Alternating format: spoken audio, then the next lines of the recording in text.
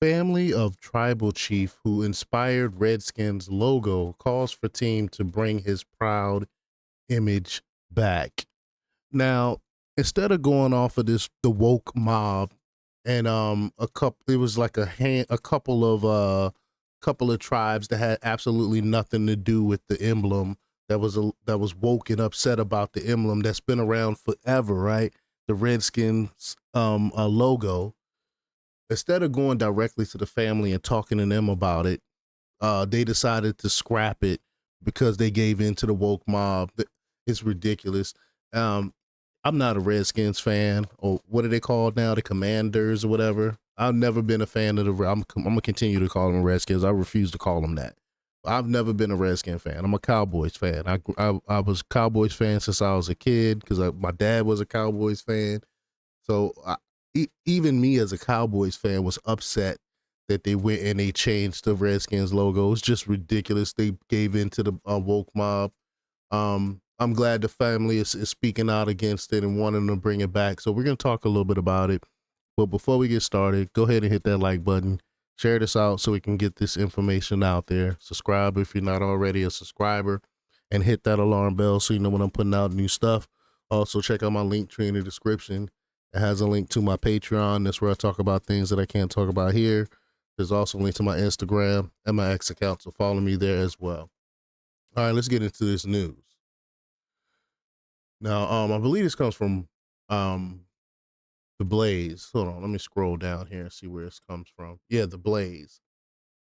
And they report that the many fans of the Washington Commanders who long for the return of the team's former name and logo got a big boost from the family of the tribal chief who inspired both. The team caved to activist pressure to drop the name and logo in July 2020 over accusations that both had racist connotations.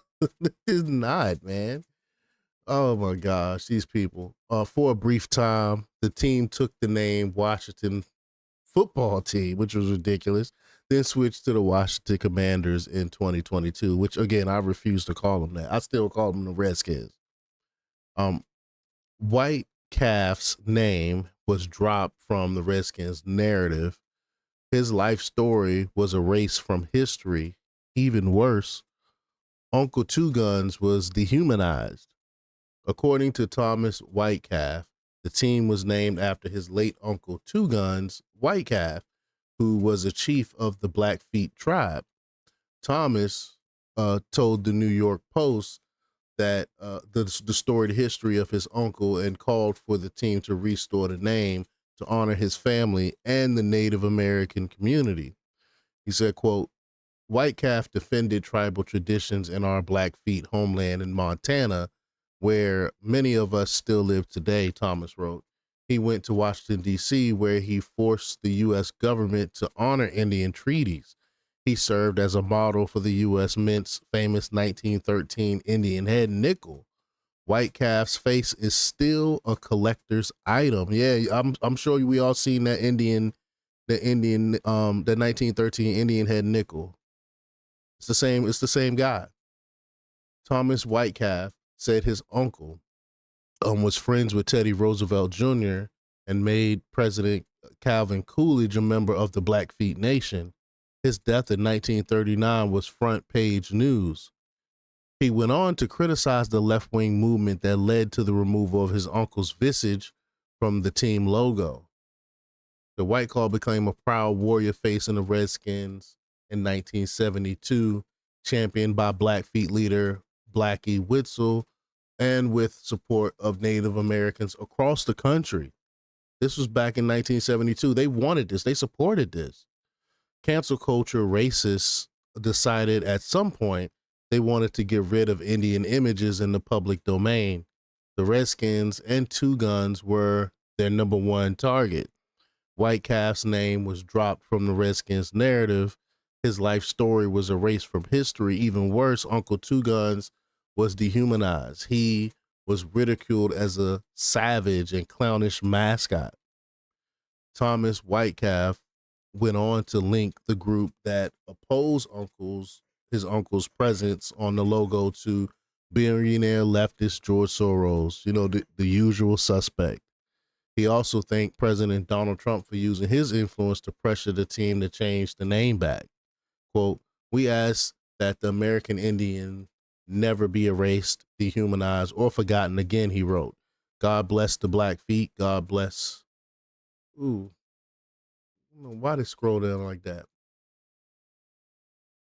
Um, Hold on a second here. There we go. He said, God bless the Blackfeet, God bless President Trump, and God bless the United States of America. The issue was revived by comments made in July by football linebacker Von Miller, who has signed on to the team and referred to it by its former name rather than the Commanders. He said, quote, the Washington Redskins called me a month and a half ago and started talking and agreed to come here to Washington about a week and a day ago. I'm here. I'm so excited to be here, he said at an introductory press conference. Man, hopefully they go back to their name, the Redskins, because that whole remember what they called the Washington football team and then the Commanders. Those are ridiculous names. This the Redskins actually honor Indians. They honor the Blackfeet tribe and they honor old two guns. But y'all let me know what y'all think about this. Leave y'all comments down below. Like, share, and subscribe. And check out jjthepsychotherapist.com for the latest in news. Until next time, peace.